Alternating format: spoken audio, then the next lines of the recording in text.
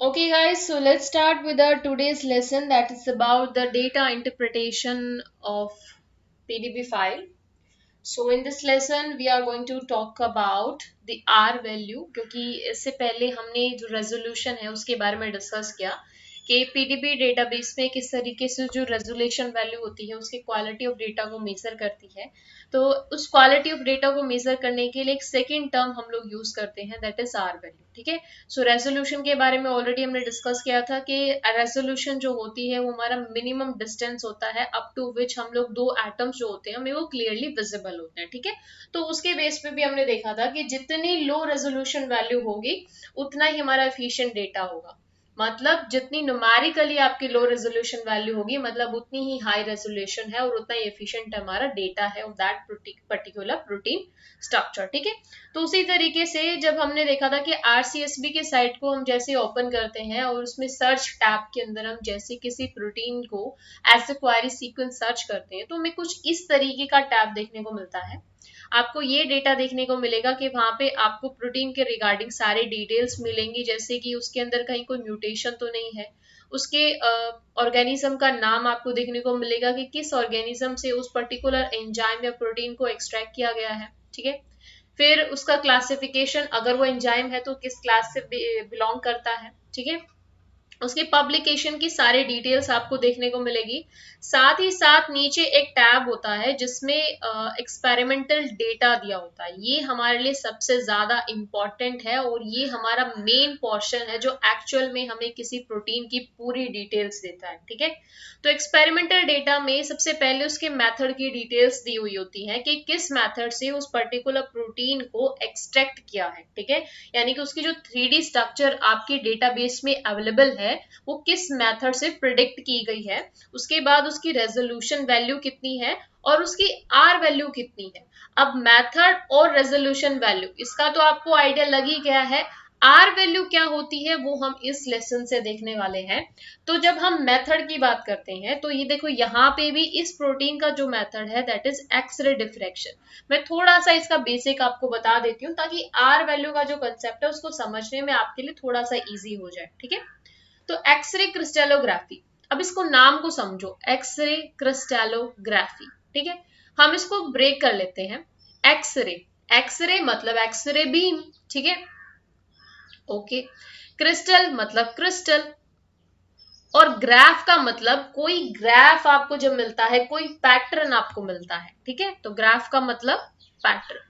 तो जब आप एक्सरे क्रिस्टेलोग्राफी की बात कर रहे हो मतलब ये कि एक्सरे बीम की हेल्प से हम जब किसी क्रिस्टल के थ्रू डिफ्रैक्शन पैटर्न जो हमें मिलता है वो हमारा हो गया एक्सरे क्रिस्टेलोग्राफी का पैटर्न। ठीक है, इन शॉर्ट अगर सिंपल वर्ड में मैं आपको कहूं तो एक्सरे क्रिस्टेलोग्राफी में जो बीम हम यूज करते हैं वो एक्सरे बीम होती है। जो कंपोनेंट या जो एलिमेंट हमें यूज करना है जिसकी स्ट्रक्चर हमें प्रिडिक्ट करनी है वो क्रिस्टल फॉर्म में प्रेजेंट होता है, और उसके बाद हमें जो पैटर्न मिलने वाला है वो हमारा ग्राफ की फॉर्म में मिलेगा, एक पैटर्न की फॉर्म में हमें मिलेगा, और उसी डेटा को हम इंटरप्रेट करके एनालाइज करके एक 3D स्ट्रक्चर यहाँ पे ड्रॉ करते हैं। ठीक है, सिंपल सा कहें तो जब भी हमारा कोई भी बायोमोलिक्यूल है, चाहे वो बायोमोलिक्यूल आपका न्यूक्लिक एसिड हो, चाहे वो बायोमोलिक्यूल आपका प्रोटीन हो। ठीक है, तो जब हमें किसी अननोन बायोमोलिक्यूल की स्ट्रक्चर को प्रिडिक्ट करना होता है तो हम लोग डिफरेंट डिफरेंट मेथड यूज करते हैं उसकी स्ट्रक्चर को प्रिडिक्ट करने के लिए, जिसमें से एक्सरे क्रिस्टेलोग्राफी भी एक है। एक्सरे क्रिस्टेलोग्राफी में आपकी प्री कंडीशन ये होती है कि जो भी बायोमोलिक्यूल जिसकी 3D स्ट्रक्चर आपको प्रिडिक्ट करनी है सबसे पहले उसको आपको क्रिस्टल फॉर्म में कन्वर्ट करना पड़ेगा। क्वेश्चन यहाँ से आता है कि आप क्रिस्टल फॉर्म में क्यों कन्वर्ट करते हो। तो देखो, जब भी आप किसी बायोमोलिक्यूल की बात करते हो तो वो अपनी नेटिव कंडीशन के अंदर बहुत ही अनस्टेबलाइज कंडीशन में होते हैं। अनस्टेबल का मतलब कि वो अपने जो कॉरस्पॉन्डिंग एनवायरमेंट है उसमें इंटरेक्ट करते रहते हैं, उनका जो कॉन्फर्मेशन है वो चेंज होता रहता है। तो उस अनस्टेबल कंडीशन में उसकी एग्जैक्ट 3D स्ट्रक्चर को प्रिडिक्ट कर पाना, उसके फंक्शनल ग्रुप की इंफॉर्मेशन को प्रिडिक्ट कर पाना, इट क्वाइट डिफिकल्ट। तो इस कंडीशन में जो रिसर्चर्स होते हैं वो क्या करते हैं कि बायोमोलिक्यूल्स को एक स्टेबल कंडीशन में कन्वर्ट करने की कोशिश करते हैं और उसके लिए वो उसे एक 3D स्ट्रक्चर एक क्रिस्टल फॉर्म में कन्वर्ट कर देते हैं। क्रिस्टल फॉर्म में क्या होता है, देखो आपने क्रिस्टल फॉर्म में ऑब्जर्व किया होगा कि ये हमारा एक क्यूबॉइड है, ठीक है, ये हमारा एक क्रिस्टल है। अब इस क्रिस्टल में क्या है कि आपके पास फेसेस है, आपके पास लेटाइस है, आपके पास कुछ एजेस प्रेजेंट होते हैं। तो जब हम किसी प्रोटीन को एक क्रिस्टल फॉर्म में कन्वर्ट कर रहे हैं, मतलब ये कि हम उसे अनस्टेबल कंडीशन से एक स्टेबल कंडीशन में कन्वर्ट कर रहे हैं।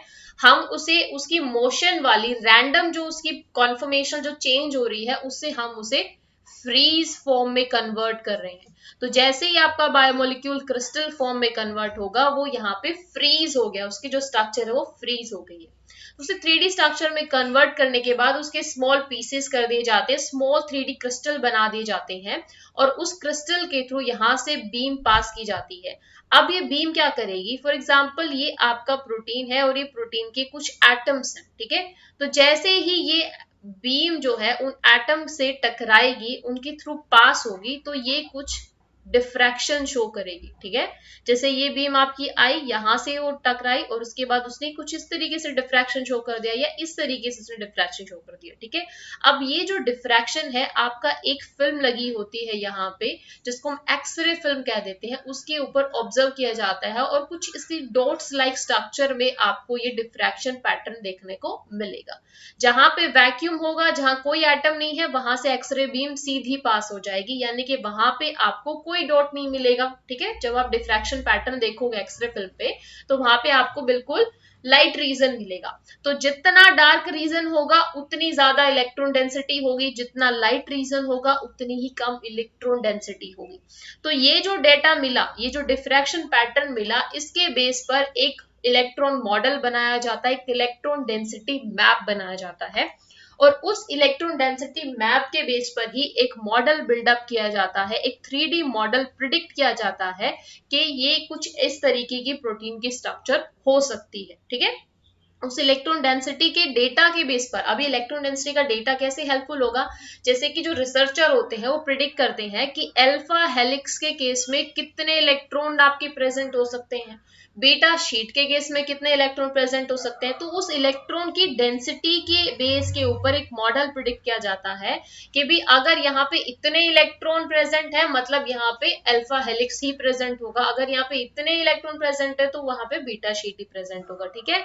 तो इन शॉर्ट हम कहें कि एक्सरे क्रिस्टलोग्राफी से क्रिस्टलाइजेशन के बाद एक्सरे डिफ्रैक्शन मिलता है। एक्सरे डिफ्रैक्शन पैटर्न के बेस पर एक इलेक्ट्रॉन डेंसिटी मैप को ड्रॉ किया जाता है और जिसके बेस पर एक मॉडल बिल्डअप किया जाता है, ठीक है।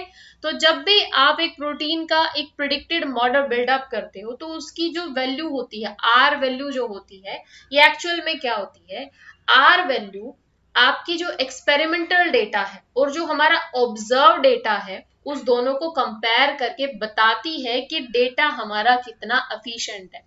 सिंपल वर्ड में कहूं तो आर वैल्यू हमारा क्वालिटी को मेजर करने का एक क्राइटेरिया है, एक हम लोग बोल सकते हैं मेजरमेंट है ऑफ क्वालिटी का। किसकी क्वालिटी का, एटॉमिक मॉडल की। और ये एटॉमिक मॉडल कौन सा है, जो हमने क्रिस्टलोग्राफी के डेटा पैटर्न के बेस पर, जो क्रिस्टलोग्राफी का हमें डिफ्रैक्शन पैटर्न मिला है उसके बेस पर जो एटॉमिक मॉडल हमने ड्रॉ किया है, उस एटॉमिक मॉडल की एफिशिएंसी को डिफाइन करता है ये आर वैल्यू, ठीक है। तो जब हमें एक्सरे क्रिस्टलोग्राफी से जो डेटा मिला, जो डिफ्रैक्शन पैटर्न मिला, उसके बेस पर सबसे पहले एक एटॉमिक मॉडल ड्रॉ किया जाता है। उस एटॉमिक मॉडल से इलेक्ट्रॉन डेंसिटी मैप ड्रॉ किया जाता है, फिर हमारा एक प्रिडिक्टेड डेटा मॉडल बिल्डअप किया जाता है ऑफ दैट पर्टिकुलर प्रोटीन और न्यूक्लिक एसिड, ठीक है। So R value is the measure of the quality of the atomic model obtained from the crystallographic data, and the R value measure how well the simulated diffraction pattern matches the experimental observed diffraction pattern।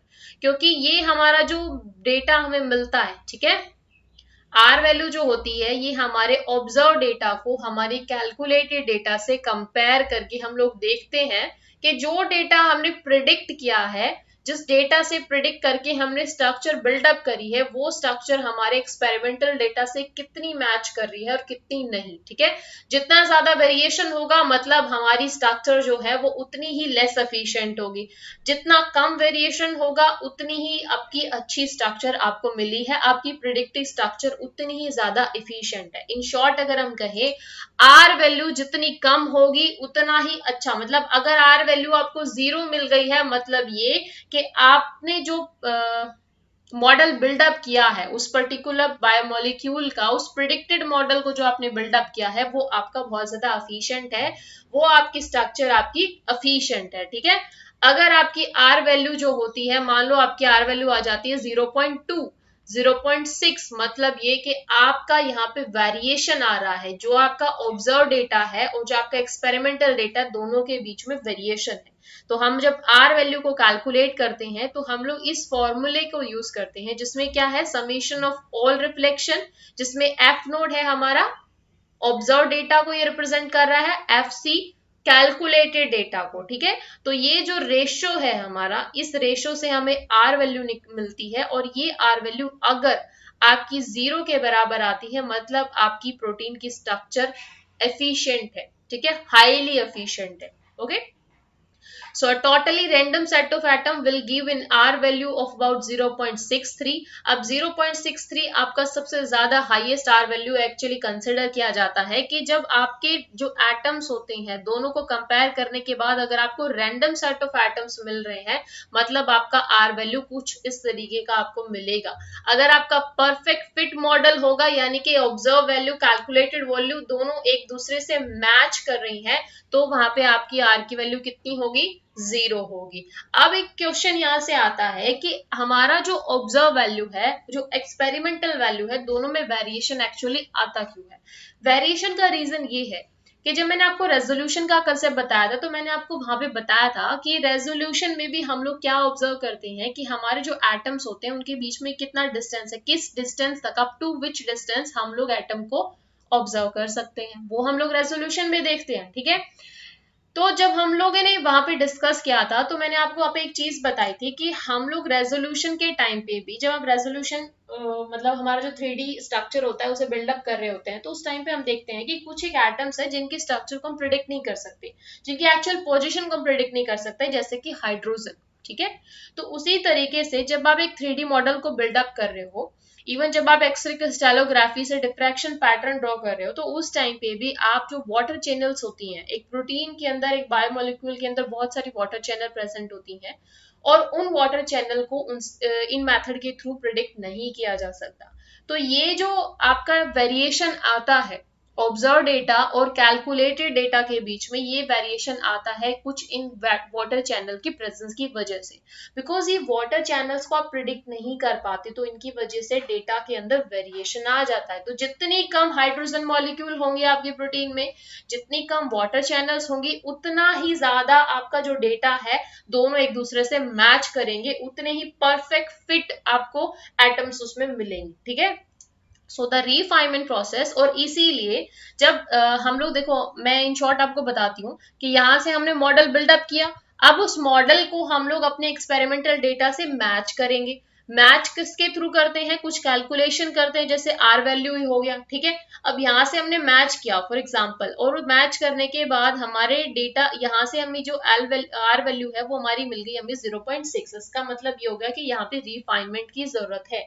अब refinement क्या होता है, refinement process मतलब दोबारा से fine कर रहे हैं, ठीक है। तो इसमें हम लोग क्या करते हैं कि हम लोग फिट करने की कोशिश करते हैं कि समहाउ आपकी जो ऑब्जर्व वैल्यू है वो आपकी कैलकुलेटेड वैल्यू के साथ फिट हो सके, ठीक है। So the refinement process is often used to improve the atomic model of a given structure to make it fit better to the experimental data and improve the R value. जितनी कम R value होगी उतना ही efficient data होगा. So the R value is used to assess progress in the refinement of a model from X-ray crystallographic data and can be used as one factor in evaluating the quality of a model. Actual में ये क्या major करता है, quality of a model, ठीक है।